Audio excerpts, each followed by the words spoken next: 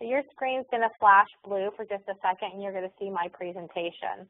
Up in the somewhere on your screen, you'll see the little icon so that you can chat in that chat window if you have any questions throughout this evening.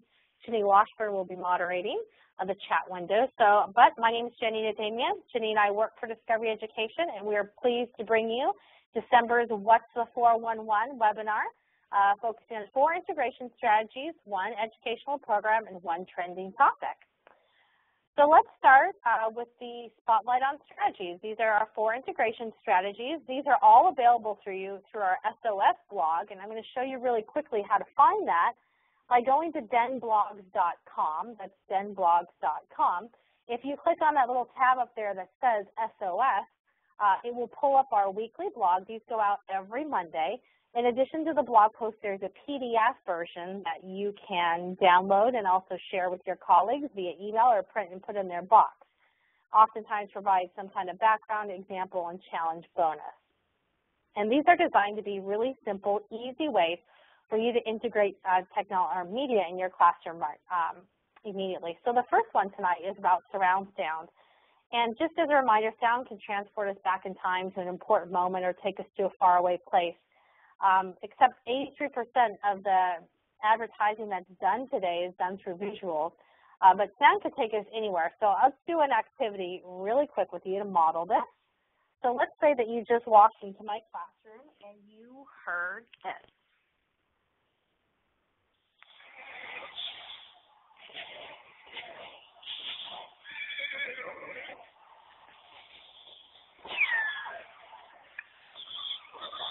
So in the chat window, answer one of those questions. What do you hear? What do you know about what you're hearing? How do these sounds make you feel? How do you feel the people in the situation are feeling? And what do you wonder about this event? Let's listen one more time as you're responding.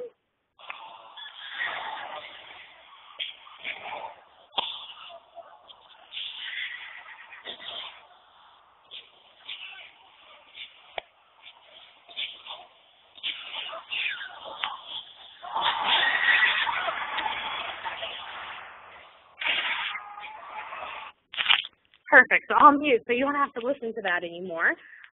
But sound gives us an opportunity to visualize. Sometimes I think we put so many visuals in front of our students that it's hard for them to really sit down and try to figure out what's really going on. So sound is just another way for us to do that. And Discovery Education has hundreds of sound effects available to you, so you can download those. I know a lot of people, when they go in, they look for videos, but don't forget that you have a lot of great additional resources as well. The second strategy is called the AEIOU, and especially this is a great one for English language learners because it provides an opportunity for multiple pathways for them to express what they see, know, wonder about content being covered. And here's how it works. I'm going to provide a video or an image or a reading passage and have my students respond. Give me one adjective that describes what they're seeing or hearing, one emotion, something that they find very interesting, something that makes them go, oh, and something that might make them think, so maybe a question that they have about it. So it's just a really simple way to take interacting with media from a passive moment to a real active opportunity for learning. So that's called the AEIOU. The next strategy is called the 6-word stories. And it's all about summarizing. So we know that summarizing is really challenging for students to do, to really be able to narrow down their thoughts. And by providing them an opportunity to have to do it in 6 words or less is really kind of takes it to the next level. So here's an image in the chat window. If you can, please give me 6 words that you think capture this picture the best. 6 words. We'll do it together as a team. Click on that chat window icon and share with all participants.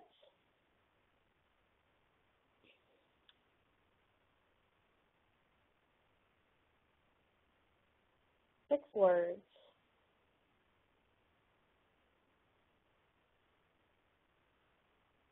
I'll keep moving while you guys are typing away in that chat window. But again, just another opportunity to get kids to respond to images and put their own words so that we can kind of also assess what they think is the most important part of the image itself. The last strategy that we're sharing tonight is called Now Screening, and it's really all about your memory, what you're able to retain. And there's a great book by John Medina called Brain Rules, and it should be almost a required read, I think, for all educators. So if you have not picked up that book yet, Brain Rules, I really highly recommend that you do. But there's a lot of information in there about how your brain can only hold about 7 pieces of information for about 30 seconds. And if you want the students to retain that, you have to repeat to remember. And the more you repeat, the more the memory. And most important even is the way they're exposed to content the first time. So my recommendation is to take images from our gallery, our image library. Remember that you can download these images in small, medium, and large. So large is always best when we're trying to blow it up with students. And as I introduce this concept to my students, I might post a picture of a manatee and might say, you know, what impact do humans have on manatees? And perhaps a picture of the tide pool and ask, you know, how do the tides impact the sea life along the coast? Or what are the world's oceans, and what activities are people doing to maintain them and help keep them healthy? So I use these as discussion starters in the beginning of the unit, and then what I'm going to do is actually change the screensaver on my computer so that when the screen goes to sleep, it actually starts displaying these images and possibly the questions along with them to kind of reinforce those big ideas. And those are the screensavers. So 4 simple ways that you can start using media tomorrow in your class. And again, to find that series, go to thedenblogs.com, click on S.O.S, and you can see those 4 and the others that accompany it as well. So I'm going to invite Ginny Washburn to talk a little bit about our program of the evening, and that is the Rising Star Mentorship. All right. Good evening, everyone. Hopefully you can hear me okay. Just let me know in the chat window if you cannot. But I wanted to talk just a little bit about the Rising Star program. And this is it's a fairly new program that we implemented back in May, and it's designed for all new DEN stars to kind of formally welcome them into the community and ensure that they feel comfortable and that they're an active participant within the DEN. So if you're not already yet familiar with the STAR Discovery Educator program, it's when you log into Discovery Education and you go to the drop-down menu and choose the Discovery Educator Network, anyone that has access to Discovery Education is automatically a member of the DEN. But if you want to take that membership to the next level and truly be connected to a global community of educators, you can apply to become a DEN Star. And so anyone that is processed as a DEN Star has the opportunity to become a Rising Star or go through the Rising Star program. And really our goals are to help you make connections within the DEN community, to drive awareness to what you have access to as a DEN Star, and then also to make sure that you feel comfortable being an active participant within the DEN, because in the DEN our goal is really all about connecting educators and helping you share best practices, resources, ideas with one another. So basically what this program entails is it is optional for all new stars. It's a series of 6 different steps that you go through in about a 6-week time period. It's all asynchronous, and it's led by a seasoned DEN Leadership Council mentor who leads you in a cadre. So all of the steps are introduced through a private Edmodo group. You're grouped with a cadre of new stars. So you're immediately getting to know some additional new stars as well as a Leadership Council member from the DEN. And just to give you a quick view of what those stars entail, the first step is really just about welcoming you into the DEN. The step 2 is all about how to expand your professional learning network. Step 3 is about all of the resources and just really diving deep and discovering everything that Discovery Ed has to offer. Step 4 we call the collective brain, and basically that means what resources and knowledge can you gain from our collective wisdom that we have within the DEN community. So for example, on our Discovery Ed YouTube channel, there's a whole series or playlist of archived webinars that we have created called The Collective Brain, and it has really inspiring and engaging keynotes and conference presentations and webinars from people like Hall Davidson or Lance Ruggie or Janita as well. So that's a really good one. The other two final steps are how do you jump into the conversation, how do you share, how do you become an active participant in the den, and then how do you take it that next step to become a Discovery Ed champion by hosting your own den events and things like that. So that's just a really quick kind of review of the Rising Star program. And each step begins with a video introduction from members of our den community so that you kind of get a feel for our different personalities and how you can connect with us as you go through those 6 steps. So that is the Rising Star. Perfect. And that's just a quick, just to give you, sorry, I didn't realize there was another page. So this is just kind of a summary. Since we started in May, we've had 160 new stars go through the program. And as I mentioned earlier, there's new cadres that we start. So we start a new cadre at the beginning of each month. So when you sign up for this program, you can choose which month works best for you to sign up. And we have received a lot of really positive feedback from the new stars that have come through it. And these are just some quotes from those members. So I'll hand it back to you, Janita. Thanks, Jenny. Excellent. I really recommend it. It's just a really great way also to just stay connected with the community. It's sometimes, you know, we meet in the chat windows here at the webinars, but it just takes it to a new, different level. And even if you've been a Den Star for a while and you weren't, you know, the Rising Star mentorship didn't exist when you joined, feel free to join now. It's just a great way to get involved and meet other Den Stars across our great community. So our trending topic of the evening is English language learners. So I'm assuming that's why you're here, to learn more strategies on how to help these students really bridge those gaps in their knowledge. So I wanted to start you off with, this is a writing prompt that's actually in Discovery Education. And I remember seeing this when I first came out of the classroom. I spent 6 years in the classroom in Anaheim City School District in California. I taught first, fourth, fifth, and sixth grade. I worked in the Gifted and Talented program and also actually ran an after-school English language development program that we created. And I love this quote because it was a writing prompt that says, the sun is just coming up, but have you ever gotten up at dawn and what did you do? And I had to giggle when I saw this because if I had written this on the board in my school district, I had a very high English language population. Some of my kids might have even written about dish soap or doing the dishes. Does anybody know why? Put it in the chat window. Right, Dawn, dish soap. So without any contextual clue, if a student doesn't know what Dawn is, they're kind of left, maybe their cousin's name is Dawn. The Discovery Education writing prompt actually comes with this image. So if I had placed that writing prompt with this image, you know, they say that a picture is worth what? 1,000 words, right? If a picture is worth 1,000 words, then we should be using that as an opportunity to kind of springboard our kids into discussions, because even if they don't know what dawn is, they can write about the colors they're seeing or what they're seeing. So it provides everyone an opportunity to respond in some way.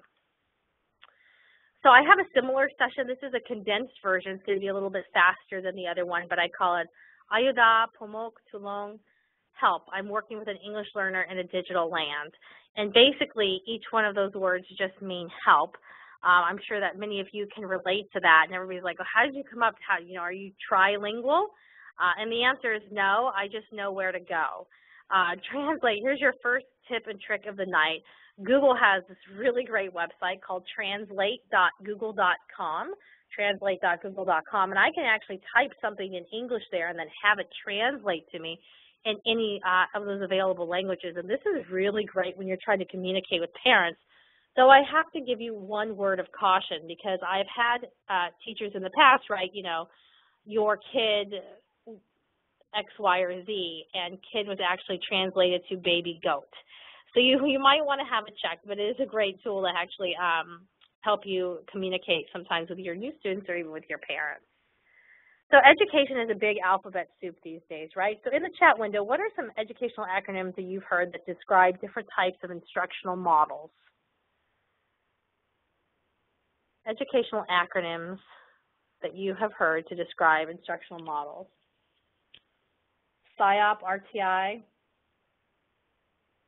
DI, right? Like we've heard them all. So RTI, DI, UBD, SIOP. It sounds like we're actually speaking a foreign language oftentimes when we're in these meetings. But here's what it means. No matter how you spell it, it all comes down to this: great teaching. And so I think it's just really ELL Strategies is really about us taking a moment to stop and reflect on our own best practices, because chances are we're already doing a lot of those great things, or just by refining or fine-tuning, we can really enhance our current lessons. So there is a model of instruction for English language learners. It's called the SIOP model, Sheltered Instruction Observation Protocol. So I could really go on and on about the pedagogy behind it, but what I did here is I took several articles and I cut and paste them into a Wordle. Now, the more word appears in those articles, the larger it becomes. So what do you think are the most important things to understand about the SIOP model in the chat window really quickly? What are the most important things for us to understand about the SIOP model instruction? What's it about?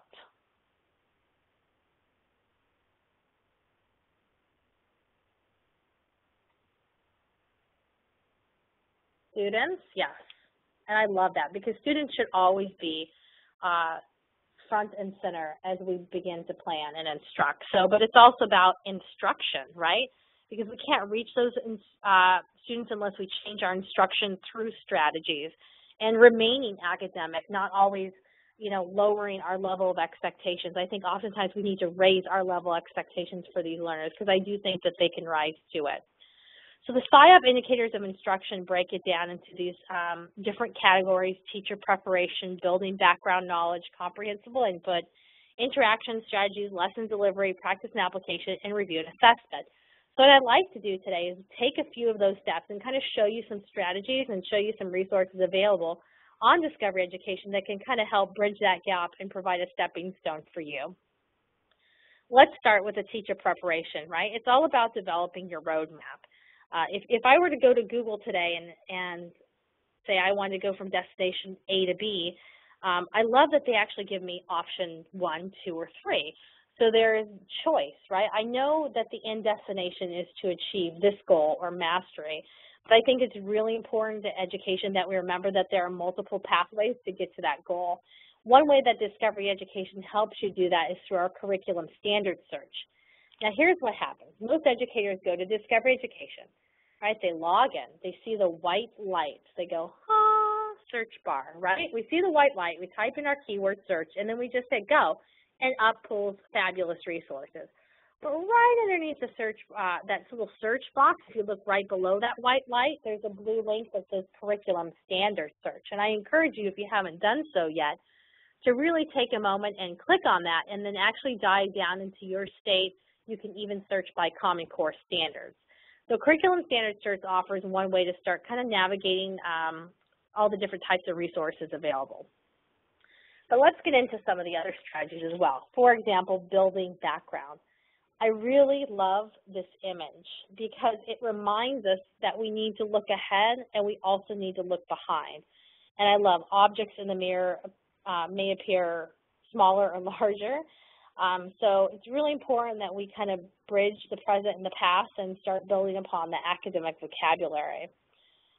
So here's one strategy, right? I know that there are some of you might be really tech savvy, and some of you might be struggling with teachers at your school that aren't so tech savvy. And how do we get them using? So we start with our image. Again, images are downloadable in small, medium, and large.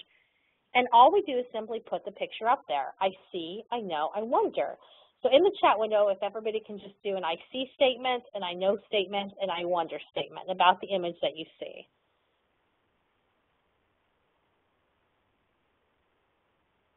Go ahead and give me an I see, I know, or I wonder statement. I see a rhinoceros. I see a bird. Excellent. For those of you with really good eyes, you might notice that there is a bird right there on the shoulder, the front shoulder of the rhinoceros. So you can imagine what kind of discussion this can lead into with our students. And I'm also pre-assessing their knowledge about what they do know about perhaps this unit of study. So there's one strategy. Here's another one, and I actually used this when I was teaching. I was teaching first grade at the time, and I was studying the rainforest. And I really wanted my kids to have some really great imagery of the canopy and the understory. I could not find anything in the first grade level. But what I did find is things that were in the upper grade level in this great resource on layers of the rainforest. So I knew that the audio would be too much for my students, especially my English language learners, so I just simply turned my speakers off, and I played a short clip. It was about a minute long, and I kind of talked through that clip with them. And then later on in the week, I showed them the same clip again, and I asked them to explain what was going on to see what they were retaining. And maybe at the very end of the unit, I would have them, you know, record their voice over this video, maybe their poem about the rainforest. So we don't have to have a new clip every day of the week. I just think we have to get creative in the way we're utilizing those clips and those resources. And don't be afraid to turn the volume off of our clips if you think that you have a better way of phrasing it for your students, or maybe your students can phrase it back to you. We also have some reading passages if you have our science resources, and our reading passages in Discovery Education. Now, this was aimed, I think, at a 5th grade level, and I looked at this, and again, I kind of chuckled because I thought, well, my 5th graders, this would be a very hard text for them to understand. So in order to kind of build that background knowledge and make sure that they understand the important components, what I would do is cut and paste the text into Wordle. And again, just like we were talking about before, the words that appear more in that reading passage appear larger. So before my students can even begin to read this passage, what must they absolutely understand? Go ahead and put that in the chat window.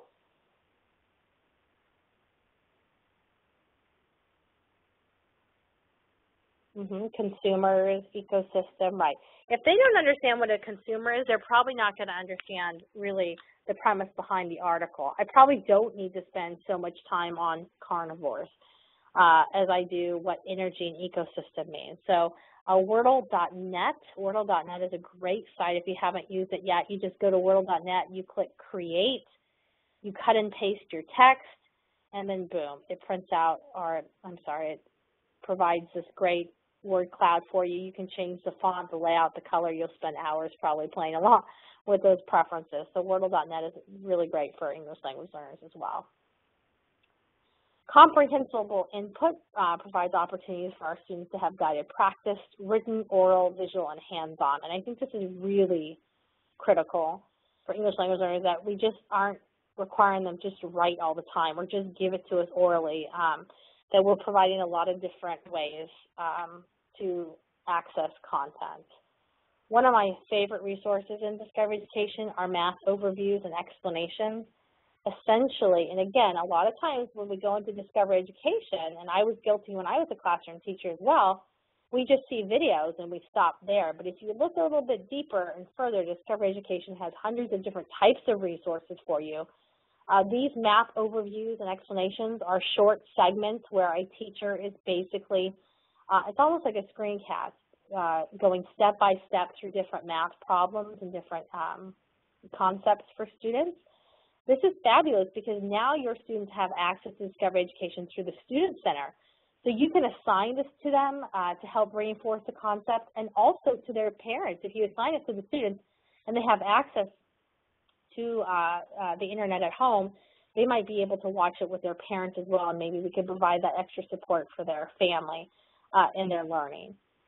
Along the same line, Discovery Education has a huge friend in Lodge McCammon, who is a professor in North Carolina, and I don't know how many of you have ever heard of the flipped classroom, but creating these short video vignettes that kind of provide more support for your students, and maybe that will be one of our future topics that we do for one of these 411. But if you go to tinyurl.com/lodge-sample, what I'd like you to do is click on the link that says and watch the lecture when you have time after the webinar. Watch the lecture, because that gives you a really great example of what a flipped classroom might look like and a different way to support your learners, a different way to give them the input. Lodge takes it a step further, though, because he understands that kids learn in different ways. So we got to hit those kinesthetic learners as well. So he's a singer-songwriter, and what he does is he creates songs about the concepts that he's teaching. And guess what? All of the songs are available to you through Discovery Education. So step number 4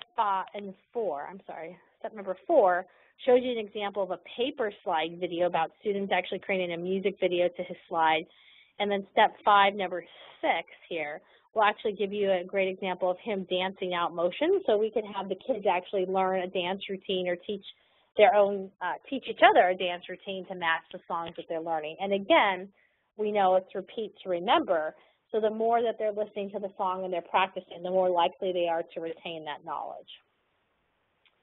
So when you are on Discover Education, feel free to search for Lodge McCammon. And you will also know that he also provides a teacher's guide and the lyrics to his song as well. And that's downloadable so that you can put it on any kind of mobile device or even burn it to a CD for your students. In our science product, we also have ebooks, and this is fabulous because it allows students to actually highlight, copy, and it will actually read the text to the students. So our ebooks are another great resource to help build that comprehensible input.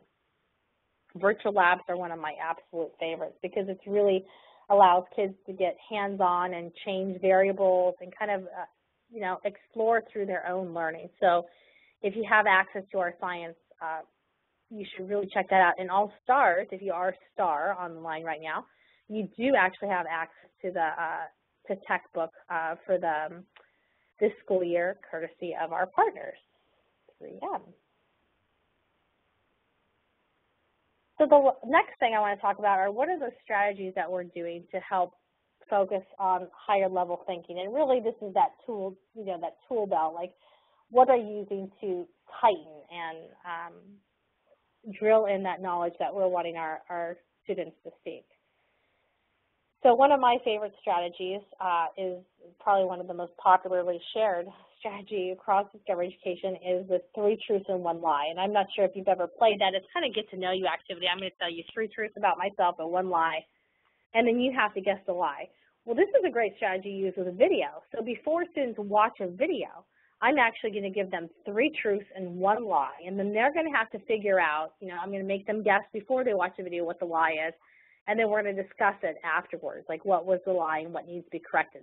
What this does, again, is take that media as a passive activity. We're just going to sit back and watch. Like my favorite example, like we turn on a media today, we dim the lights, kids want to slouch down in their seats. They want a popcorn, they want a soda, they want to sit back, relax. They always haven't been held accountable for their learning. Now we're actually going to have them take on a different role and have them seek out different information. What this also does is allow us to help them focus on the most important concepts that we want them to take away from that video. So not only are they actively involved, but they're actively seeking the information that we want them to remember at the very end.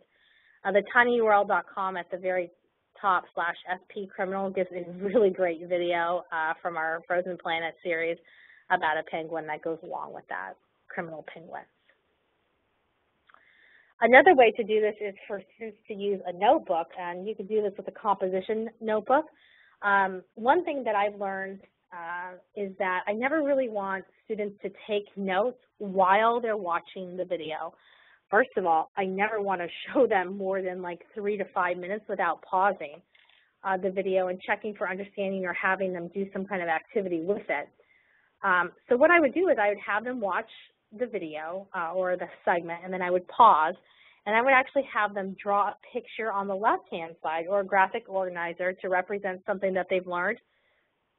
And on the right-hand side, use written text to explain and include important vocabulary.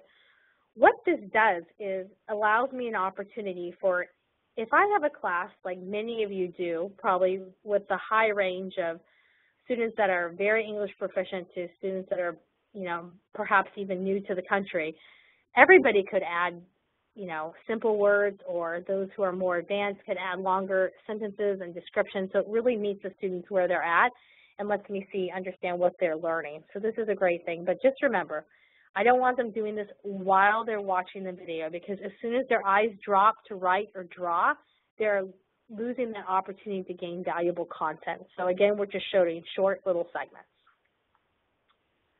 I actually did this model lesson with a group of second graders using the images again to actually, use your graphic organizers. I think there's a large disconnect today between what I would do with a textbook and what I would do with digital media. Like if I said do a compare and contrast in a, with your textbook, you probably know what to do, but then all of a sudden it's confusing when I get to media, but it really works the same way. I love doing this activity because I ask the students, what bear would you not want to see in a forest? And all the students said the one on the right, which is true. I probably wouldn't want to see that man in a forest either. So, but just a different way to think about the ways we use digital media. What I did is I actually printed a series of other images from Discover Education that were homophones, and then they made their own version by cutting it out and pasting it in, and then it was simple, very guided sentence frames. Providing opportunities for our students to work in flexible groups is a very important part. And you know what?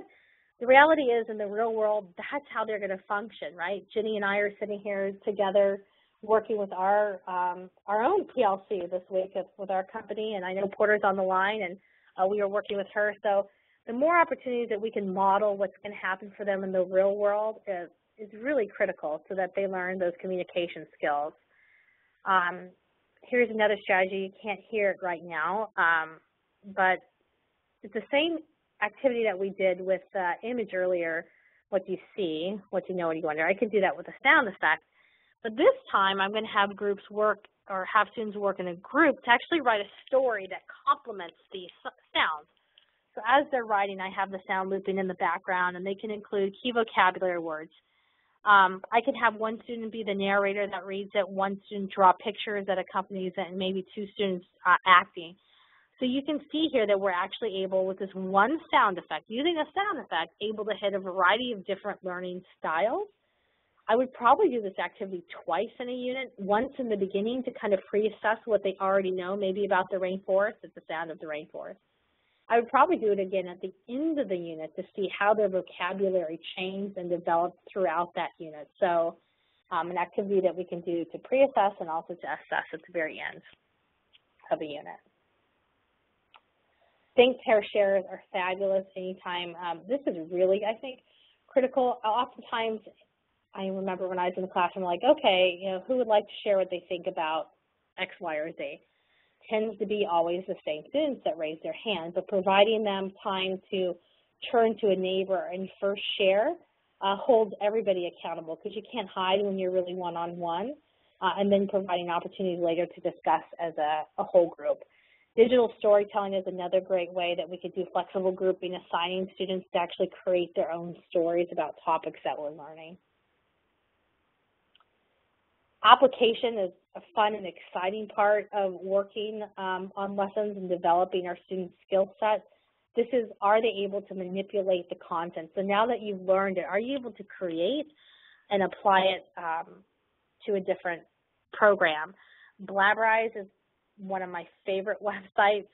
You're actually able to take any image and actually make it come to life by talking.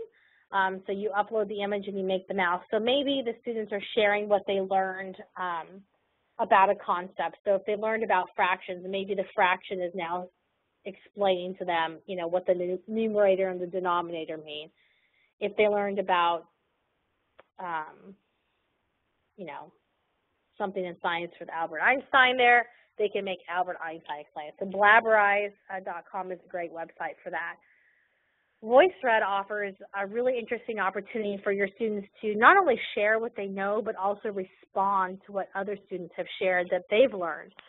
So essentially what you can do is upload videos or images, and the students can talk over the video or annotate the video. But most importantly is this building the sense of community amongst your class, so these other students can actually come in here and say, I agree, or I might have a different opinion, or did you think about this? Or this is a really great report. So VoiceThread is another great example of allowing our kids to manipulate the content and what they've learned. Glogster is essentially a 21st century multimedia poster. I'm sure many of you have had your students create posters that go on the wall during open house. But I love Glogster because it allows you to add video, audio, images, text. And kids have a lot of fun. They'll probably spend a lot more time on this type of poster than they would your traditional cut and paste poster. You can actually take a screenshot of the Glogster once it's complete and then print that out and link it on your wall. I've seen teachers use barcodes, not barcodes, my goodness, QR codes, thank you, QR codes.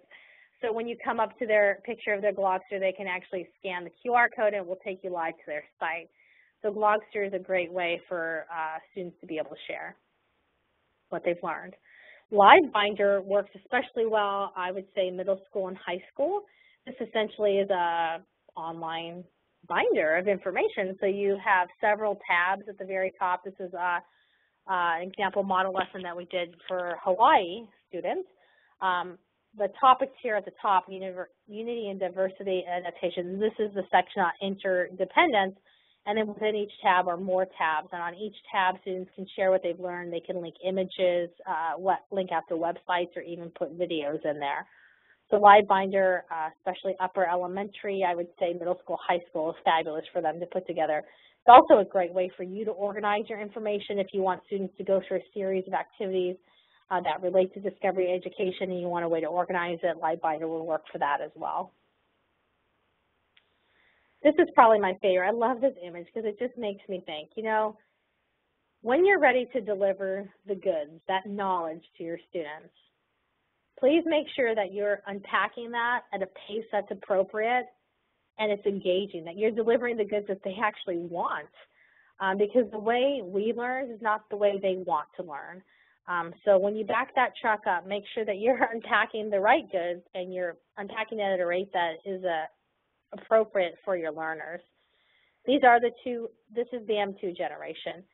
Today, young people between the ages of 8 and 18 spend an average of 7.5 hours a day engaged with media. This is a full-time job and they do not take the weekends off. So we really have to learn how to use what engages them. I remember when I taught 5th grade, again, I was from California, so during the Laker basketball season, I knew my students would be watching the Lakers. And I really wanted them to do their work on fractions, but I know when it came down to it at home, they were going to watch the Laker game. So I actually assigned them one day, go home and watch 1/4 of the Laker game. If you want to watch more, you can, but during that quarter, you need to take stats. Pick 3 players and track shots attempted versus shots actually made. So the students actually thought I had gone off the... Can you hear me?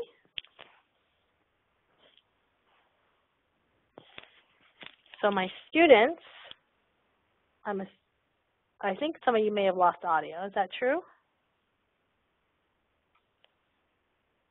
Can anybody hear me? Perfect. Okay.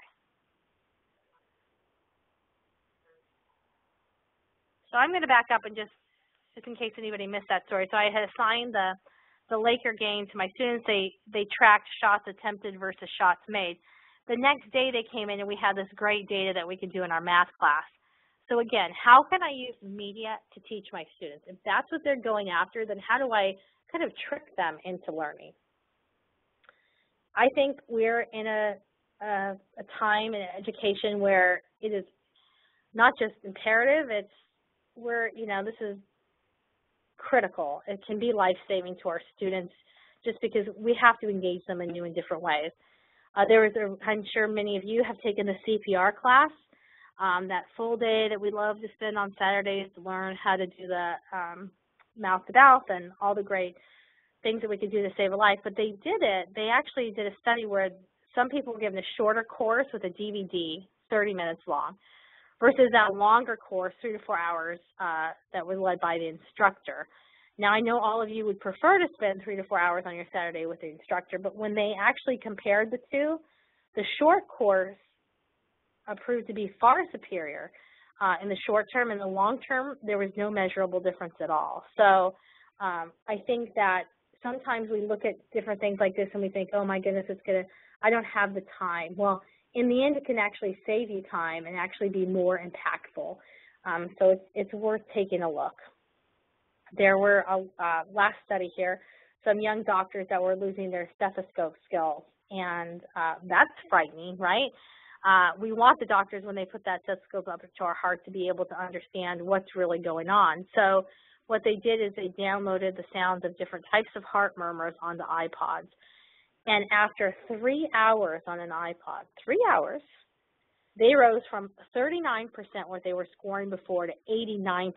89% is equivalent to somebody who had been practicing for years and years. So if we're able to do that with heart murmurs on an iPod, imagine what we can do for our students and what resources are available now, just even through listening activities. And that wraps it up. I know I went through a lot of strategies, and we'll make a discussion guide available to you, and you'll be able to pause and think about that. But before we leave, and I know Ginny has a few questions, so I'm going to give her a second to give me those questions. I'm going to go back really quickly. Oh, by the way, before I do that, I want to make sure that all of you know, I know Porter put in the chat window a second ago the great What is the Den wiki, and I'll have somebody else share it with you guys again. What is the Den? If you're interested in learning more about our community, you can come here and hear from our community members themselves. But in addition to that, right down here at the very bottom, it says Events in a Box. So if you like the format of this webinar, you're interested in hearing some of the other things that we've done, what we've done is we've packaged these webinars for you. So for example, we have our topic, the description, and then resources, the webinar archive, as well as discussion guides and invites so that you can host your own little session and learn along with us. So this event will become, looks like, event number 7. So the last one we did was on Common Core. So this is our events in the box, and I'll have somebody put that in the chat window for you again. But that's just another great way to find the resources. So in the chat window, if you could please share one strategy that you learned today and how you'll apply it in your classroom. So what was your favorite strategy that you learned today? And then I'm going to ask Jenny, or if you have a question, that would be great. And for now, I'm going to stop the recording and thank you for coming, but I'm going to stay on the line for additional questions.